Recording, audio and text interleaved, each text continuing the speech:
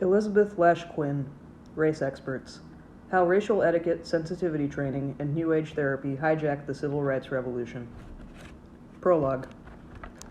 Something has gone terribly wrong with the way we view and talk about race in America, wrote the Harvard sociologist Orlando Patterson in his 1997 book, The Ordeal of Integration, for the truth is that we no longer make sense on the subject of race. We have talked ourselves into a hole full of rhetorical quicksand. Our attempts to clarify merely confound, and language itself has become a trap. The reason for this confusion, Patterson said, is that so much race speech has become ritualized and rhetorical. Turning to the period from the 1960s to the present, this book traces the origins and emergence of a new lens through which Americans increasingly came to see racial matters. Surprisingly, it turns out that our new rituals and rhetoric about race cannot be understood apart from the culture of therapy. The therapeutic sensibility, which reinterprets all of social and political life in terms of its relevance for individual growth, emotional well-being, and gratification, has become deeply implicated in the way we view race. In order to extricate our best hopes from the confusion that has grown up around them like choking weeds, we need to understand this historical development. The overlapping of the wane of the civil rights movement and the psychotherapy boom represented a fateful and more than coincidental conjunction. Many attempts have been made to explain just what happened to the ideals, direction, and mass coalition of the early civil rights movement, which tore down barriers to full citizenship for blacks and promised to revitalize American democracy in the process. Some blame the eclipse of the earlier interracial vision by black power militancy. Others fault government repression of the radical activists, the intransigence of Southern bigotry, liberal stonewalling, or the later rolling back of governmental support for civil rights in the Reagan years. While all of these factors played a role, the convergence of the therapeutic crusade and the shift in the 1960s from civil rights universalism to the black identity movement, however, offers a different explanation. The civil rights movement rested on such a powerful set of moral and political premises that it managed to succeed to an astounding degree despite these obstacles. It brought an entire way of life, racial segregation and oppression, to an end, together with the legal apparatus that legitimated it. But the movement's run-in with the therapeutic sensibility helped prevent it from achieving the most ambitious of its ends, a democratic nation able to transcend racial and other cleavages, a revived civic culture, and a truly humane social order. Out of the maelstrom of the 1960s rose an army of race experts whose ministrations unintentionally helped prolong old racial tensions and foster new misunderstandings and anxieties. The interpretations of our racial situation offered by these experts stand in the way of our adjustment to an integrated America. Understandably enlivened by the real revolution that civil rights brought to this country, and by the implications of that revolution for a radical reconstruction of social and political life, self-proclaimed experts sought to continue the revolution to its logical conclusion. Persuaded by 1960s rhetoric and social science theorizing, they believed that the new frontier of revolution was the mind, particularly individuals' attitudes. Certain of their view that the revolution had yet to be carried out, they underestimated the extent to which the civil rights movement had culminated in an altogether new commitment to egalitarianism. Rather than moving efforts to fulfill the possibilities of a truly integrated democratic nation to a new level, this commitment itself came under scrutiny and suspicion. Convinced of the entrenched bigotry of Middle America and of their role in its exposure and enlightenment, experts carved out niches for themselves in established fields, like teaching, social work, and psychiatry, and created altogether new professional roles, such as those of interracial etiquette advisors and diversity trainers. Those who aimed their attention at whites sought to combat racial oppression by rooting out the benighted mental habits of racism, as manifested in stereotypes and incorrect behavior. Those who aimed their attention at blacks sought to combat so-called internalized oppression by rooting out the benighted mental habits of racial inferiority, as manifested in low self-esteem and identification with mainstream white norms. The race experts moved in to fill a void created by the collapse of the Civil Rights Coalition and the loss of the clarity of the early movement, capitalizing on a long-term trend in American culture toward reliance on experts for guidance in all aspects of public and personal life. Social engineers turned to sensitivity training, an approach toward changing individual attitudes through small group activity.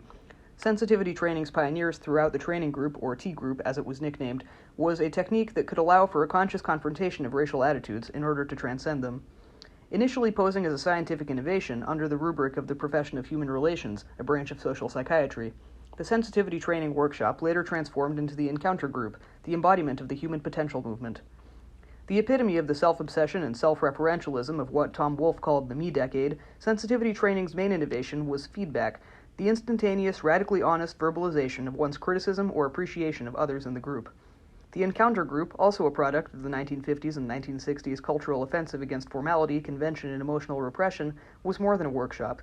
It was a way of being in the world that would supposedly lead to peak experiences, heightened group awareness through total emotional disclosure, and transcendence of the mundane, numbing world. Although the encounter group vogue waned by the 1980s, the cult of personal growth persisted, and the encounter mode came to pervade mainstream American life. Now it stands as the dominant demeanor of American social life and even cultural expression, continually pushing matters best left private into the public arena, influencing the terms and tenor of our collective life and culture, and ironically edging out the kind of open and disinterested discussion we need on issues of genuine public concern. Despite its ostensible commitment to bearing all emotion and thought, the encounter mode has its own rituals and forms that actually constrain certain kinds of expression, perhaps the kinds we as a public need the most. The great agony is that the civil rights movement offered a genuine alternative to the stultifying and hypocritical social world that the 1960s counterculture rightly questioned. The civil rights movement reminded Americans of their commitment to true egalitarianism, posited a universal standard of conduct, and placed in the forefront of public interest the quality of democratic civic life. It rested on historical truths about America's pluralism and its racial crimes. It rested on moral truths about harmony and justice.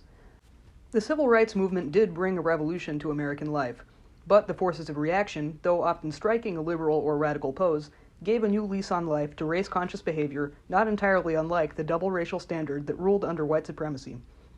Racial identity theory, oppression pedagogy, interracial etiquette, ethnotherapy, these are only a few examples of the new ministrations of the self-appointed liberation experts. That we have allowed the civil rights revolution to be hijacked by these social engineers is one of our best-kept secrets and one of our greatest tragedies.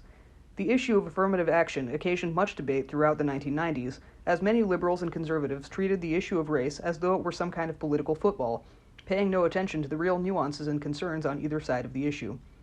Meanwhile, nearly unnoticed, a whole army of diversity experts has penetrated mainstream America equipped with half-baked, contradictory, quasi-scientific pseudo-truths that promise to liberate whites from their alleged racism and blacks from their assumed bondage of low self-esteem.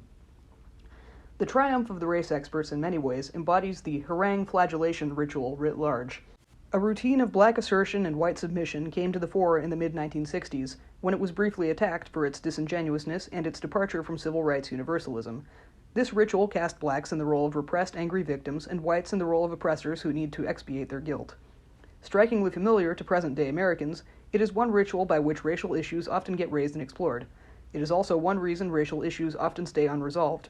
And it is a ritual played out and renewed through the mushrooming diversity training programs in workplaces, educational institutions, counseling rooms, and numerous other social arenas. Guided by the imperatives of this ritual, race experts posit a world of their making. Despite all the evidence that suggests that American racial attitudes have undergone a genuine sea change, in Patterson's phrase, these experts are deeply invested in programs and careers dedicated to the social engineering of attitudes. If the multicultural educators, counselors, trainers, and consultants allowed themselves to believe the newspapers and polls, they would have only the attitudes of a few diehard bigots to engineer. This is not to trivialize or downplay the appearance of such attitudes when they do surface, but to suggest that the structures and mentality of white supremacy, those of mainstream America under slavery and segregation, are no longer the primary problem we face regarding race. Focusing on the engineering of all whites' attitudes distracts us from the tasks of vigilance against expressions of ethnic chauvinism and bigotry from any person or group, attention to the concrete realities of inequality still in need of redress, development of a more updated perspective on our new complexities and challenges concerning race, and concentration on our other vital common concerns. The world of the diversity engineers is a world in which virulent white racism and white supremacist attitudes still reign unchallenged, a world of victims and victimizers, a world in perpetual recovery, a world of endless slights.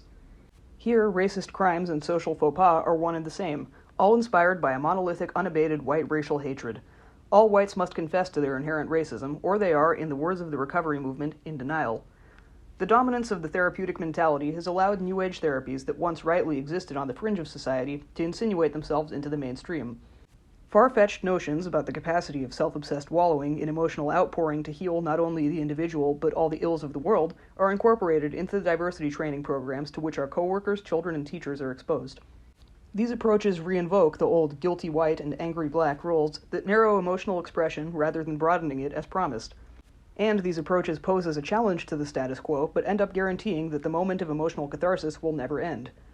The popularization and dissemination in culture of the therapeutic sensibility is not to be confused with the valiant efforts of those counselors in many walks of life today who assist individuals in their times of trouble, or with the real insight that can be gained from psychological interpretations of culture. Nor should the race experts examined in this book be mistaken for those intellectuals, journalists, religious figures, and others who devote their lives in serious study of public issues and add real wisdom to our common storehouse. The race experts and these thinkers are quite distinct.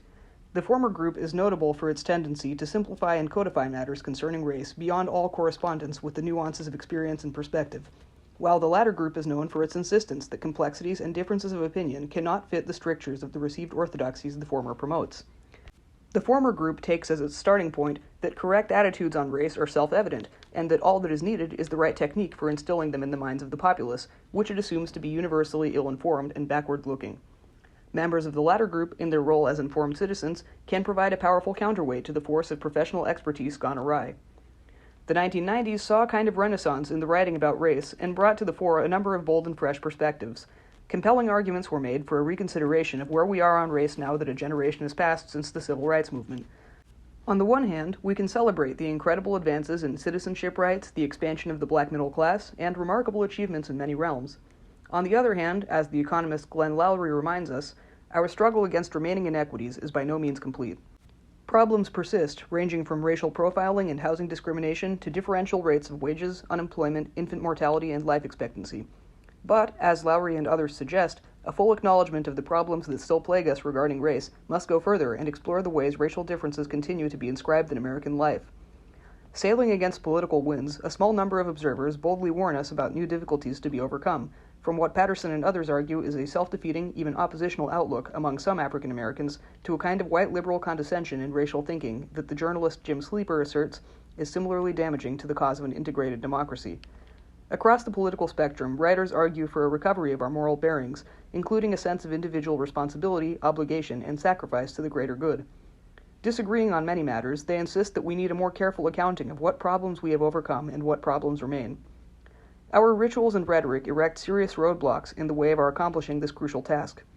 When we lose our ability to know when we are crying wolf and when our cries are based on real, actionable injustice, the basis for claiming legitimate redress recedes.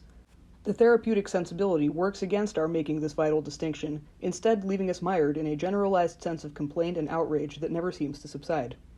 The experts who steer the movement toward cultural re-education seem oblivious to the totalitarian connotations of the phrase.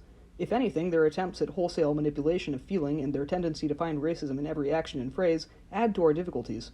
Hypersensitivity makes for thinner and thinner skins. In the hands of the diversity trainers, it makes us sensitive to all the wrong things at all the wrong times.